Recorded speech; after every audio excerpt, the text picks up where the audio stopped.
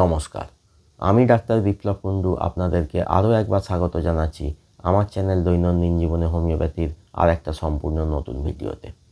কিছুদিন আগেই আমি ইনফেকশাস ডিজিজ মিজেলস বা হাম নিয়ে একটা ভিডিও দিয়েছিলাম। আর আমার আজকের বিষয় আর একটা ইনফেকশাস ডিজিজ বা সংক্রামক রোগ, এই বসন্তকালেই যেটা হয় সেটা হলো জল বসন্ত বা চিকেন পক্স।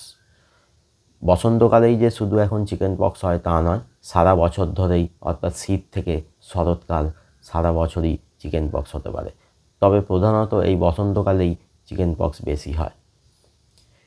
আজকে এই চিকেন পক্স নিয়ে আমি এমন কিছু তথ্য তুলে ধরব যা খুবই গুরুত্বপূর্ণ, তাই আপনারা ভিডিওটা একটু স্কিপ না করে শেষ পর্যন্ত দেখতে থাকুন।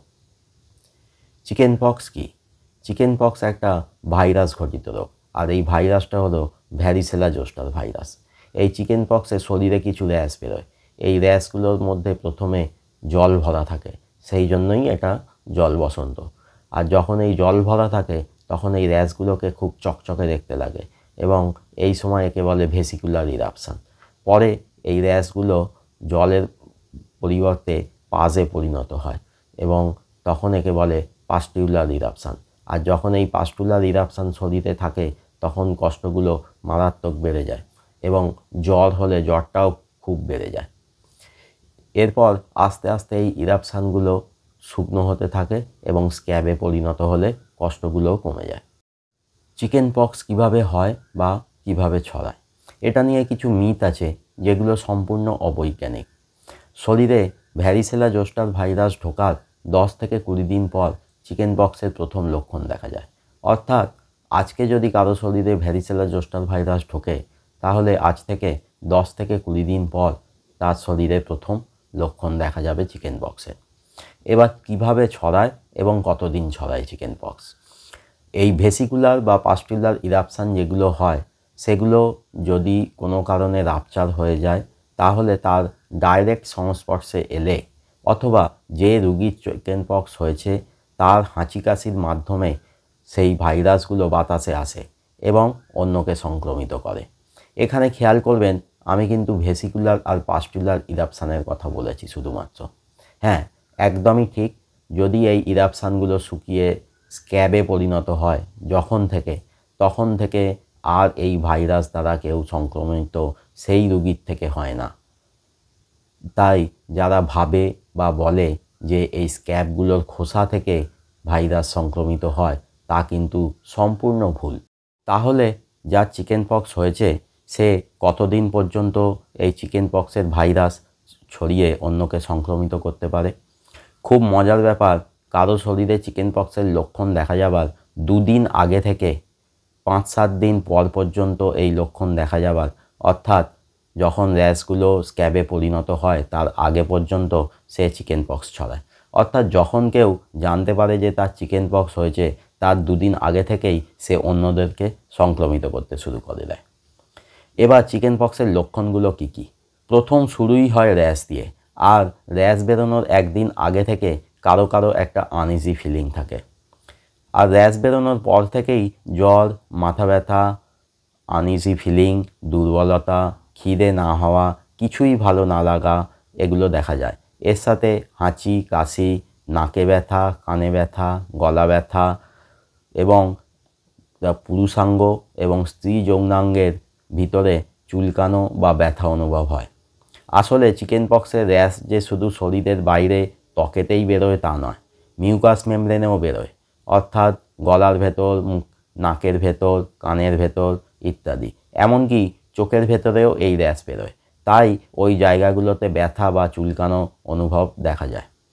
প্রথম কোথায় চিকেন পক্সের র্যাশ বেরোয়? বুকে, পিঠে, মুখ এবং ঘাড়ে প্রথম চিকেন পক্সের র্যাশ বেরোতে দেখা যায়। তাদের চিকেন পক্স হওয়ার চান্স বেশি। যাদের আগে কখনো চিকেন পক্স হয়নি বা যারা চিকেন পক্স ভ্যাকসিন নেয়নি, যদিও বেশিরভাগই চিকেন পক্স ভ্যাকসিন নেন না, তাদের চিকেন পক্স হওয়ার চান্স বেশি। তবে যাদের ইমিউনিটি পাওয়ার কম, যেমন বয়স্ক ব্যক্তিরা বা ছোট বাচ্চারা বা যারা ভারী কোনো রোগে ভুগছেন যেমন ক্যান্সার ইত্যাদি, এবং যারা ইমিউনোসাপ্রেসিভ মেডিসিন যেমন HIV/AIDS পেশেন্টরা খান, তাদের ক্ষেত্রে এই চিকেন পক্স হওয়ার চান্স সব থেকে বেশি থাকে এবং হলেও তাদের কষ্ট খুব বেশি থাকে।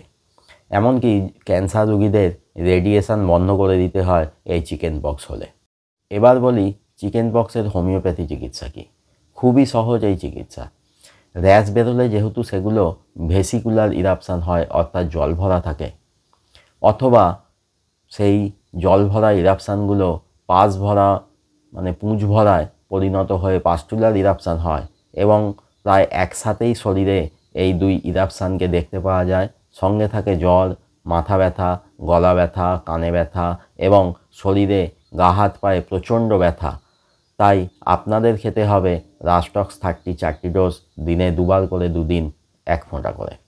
এরপর 2 দিন ওয়েট করে, অর্থাৎ যখন ইরাপশানগুলোতে চুলকানো বাড়ে তখন খেতে হবে সালফার 30 1টা ডোজ। এতেই আরও 2-3 দিনের মধ্যে সুস্থ হয়ে যায়। যদি পুরোপুরি সুস্থ না হন, প্রচণ্ড বেশি দুর্বলতা থাকে, তাহলে খান চায়না 200 4টি ডোজ, দিনে 2 বার করে 2 দিন 1 ফোঁটা করে।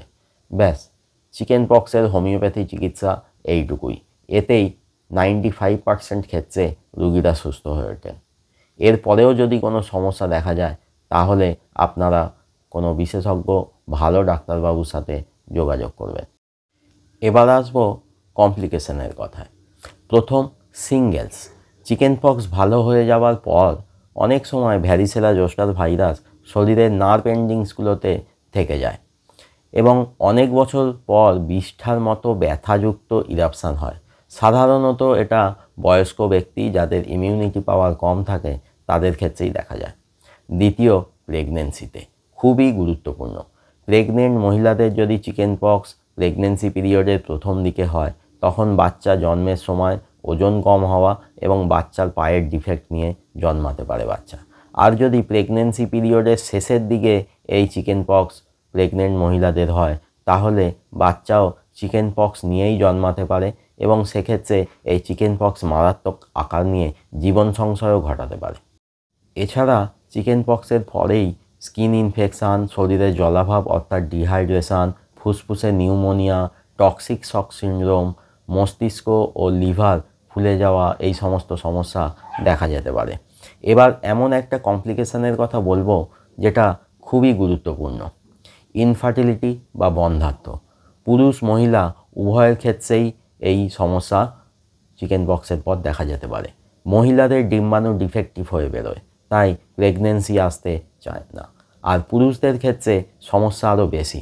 শুক্রাণুর সংখ্যা কমে যাওয়া, শুক্রাণুর মর্টিলিটি কমে যাওয়া, এই সব ঘটনা হয়ে তাদের প্রেগনেন্সি আসতে সমস্যা হয়। আবার দেখা গেল শুক্রাণু বা স্পার্মের মর্টিলিটি কাউন্ট এগুলো ঠিক থাকলো, কিন্তু শুক্রাণুর যে ডিএনএ সেটা ফ্র্যাগমেন্টেড হয়ে যায় এবং এই ঘটনা অনেক দিন ধরে চলতে থাকে। ফলে প্রেগনেন্সি আসতে সমস্যা হয়, অথবা প্রেগনেন্সি এলেও বারবার অ্যাবর্শন হয়ে যায়। এই সমস্যা মেটাবেন কী করে? হোমিওপ্যাথি চিকিৎসা নিন এবং প্রচুর অ্যান্টিঅক্সিডেন্ট আছে এই ধরনের খাবার খান, যেমন অঙ্কুরিত ছোলা। এছাড়া টাটকা ফল, সবজি এগুলো খান। আর স্মোকিং, ড্রিঙ্কস এগুলো করবেন না। দেখবেন ডিএনএ ফ্র্যাগমেন্টেশন ইন্ডেক্স স্বাভাবিক হয়ে যাবে।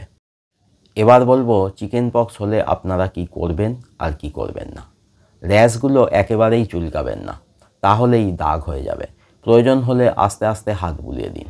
আর যদি চুলকে দাগ করে ফেলেনও, তাহলে সেখানে লাগান হাইড্রাস্টিস মাদার টিংচার, দিনে 3 বার করে।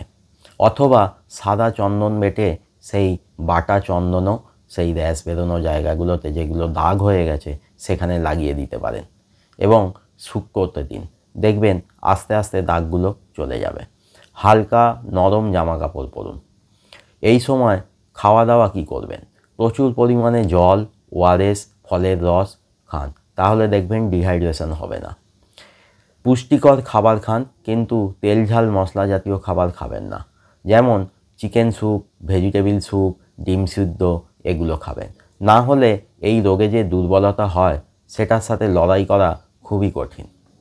আশা করি আজকের ভিডিওতে চিকেন পক্স নিয়ে অনেকটা তথ্য আপনাদের সামনে তুলে ধরতে পেরেছি।